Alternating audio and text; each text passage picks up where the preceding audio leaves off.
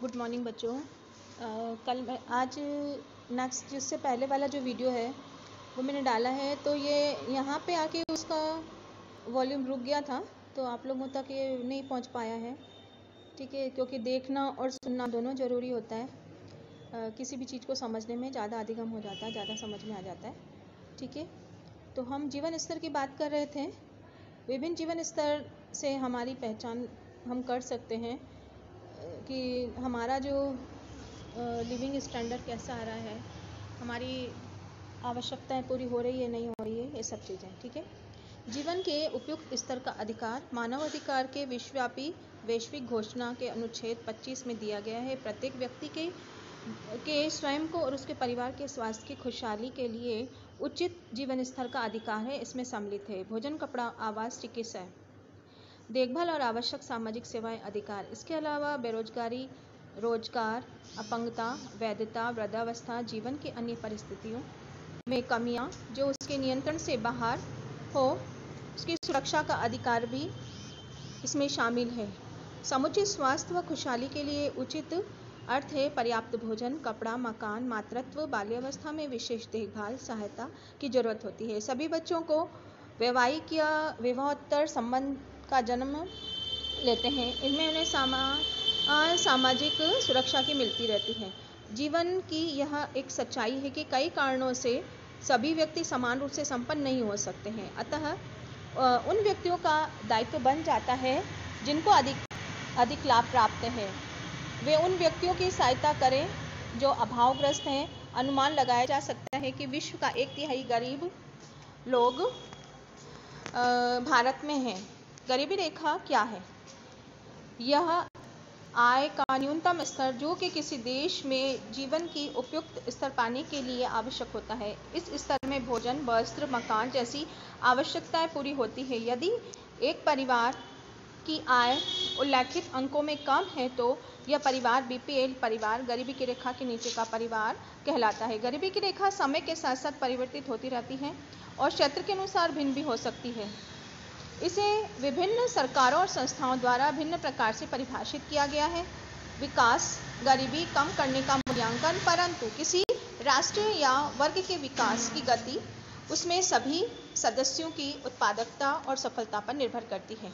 अतः इस संदर्भ में यह समझना आवश्यक है कि समाज के सभी सदस्यों द्वारा अभावग्रस्त लोगों को एक बेहतर जीवन प्रदान करने में मदद करना कर्तव्यनिष्ठ और संबद्ध प्रयास करना चाहिए। यह अक्सर कहा जाता है कि व्यक्ति को समाज को वह सब वापस देना होता है जो उसने प्राप्त किया होता है। अब है इसके जो पुनरावलोकन के प्रश्न है, जीवन स्तर क्या है, जीवन की गुणवत्ता क्या है, आप लोग समझिए। ठीक है, हमने जो भी वीडियो मैं भेज रही हूँ वो आप लोग दो बार तो अवश्य देखें। ज़्यादा नहीं बोल रही मैं, क्योंकि एक बार में बच्चों समझ में इतना अच्छे से नहीं आ पाता है ना। सामाजिक दायित्व, सेवा, स्वेच्छावृत्ति, श्रमदान। पहले सामाजिक दायित्व को कुछ लोगों जैसे कि दूरदर्शी, धर्म प्रचारक के विशेषाधिकार के रूप में देखा जाता था, जिसका विश्वास था कि वे उन लोगों के जीवन को बदल सकते हैं जिनके पास पर्याप्त साधन नहीं होते हैं। लेकिन आजकल यह दृष्टिकोण अनिवार्य रूप से समाज के अभावग्रस्त लोगों में मदद के लिए कल्याणकारी मॉडल बन गया है। एक परिपक्व दृष्टिकोण जो इन लोगों के प्रति किसी समाज की सेवक के व्यक्तित्व के द्योतक होते हैं, जो इन लोगों को वास्तव में पसंद करता है, उनके कल्याण से सरोकार रखता है, धैर्यवान, वर्ग, संस्कृति, धर्म, जाति को लेकर भेदभाव नहीं करता है, कठिन परिस्थितियों में कार्य करने में क्षमता, समस्याओं को स्वीकार करना, सहन, समाज सेवी अपेक्षित है। समाज सेवा में संलग्न अधिकांश व्यक्ति अपने कार्य के प्रति समर्पित व कर्तव्यनिष्ठ होते हैं। ठीक है, सामाजिक दायित्व विशेष रूप से सरकार, संस्थाओं और कंपनियों के द्वारा ऐसी कार्यवाही प्रक्रियाओं की आवश्यकता है ताकि जरूरतमंद व्यक्ति की मदद मिल सके। समाज पूर्ण रूप से संपन्नता की ओर अग्रसर हो जाता है। ये प्रयास विभिन्न आवश्यकताओं के लिए भी किए जा सकते हैं, जैसे जरूरतमंद लोगों की आर्थिक परिस्थितियों में सुधार लाना, शिक्षा, सफाई, कृषि, अनेक अन्य पहलों में, जिसमें कि भौतिक व मानसिक स्वास्थ्य, बड़ी और भिन्न सक्षम व्यक्तियों में देखभाल सम्मिलित है। सामाजिक दायित्व किसी समाज में व्यक्ति, समुदाय और संस्थाओं में कुछ न्यूनतम स्तर अवसर प्रदान करने के लिए व्यक्ति के लिए कार्य करना ये संबंधित है। ठीक है। जब विद्यार्थी उस क्षेत्र में सेवा कार्य करता है तो इसमें विशेष रूप से प्रशिक्षित होते हैं, जैसे कि नर्सिंग, प्रारंभिक बालिग शिक्षा, बड़ों को देखभाल इत्यादि। इन सभी कौशल आधारित सेवा स्वेच्छावृत्ति कहा जाता है।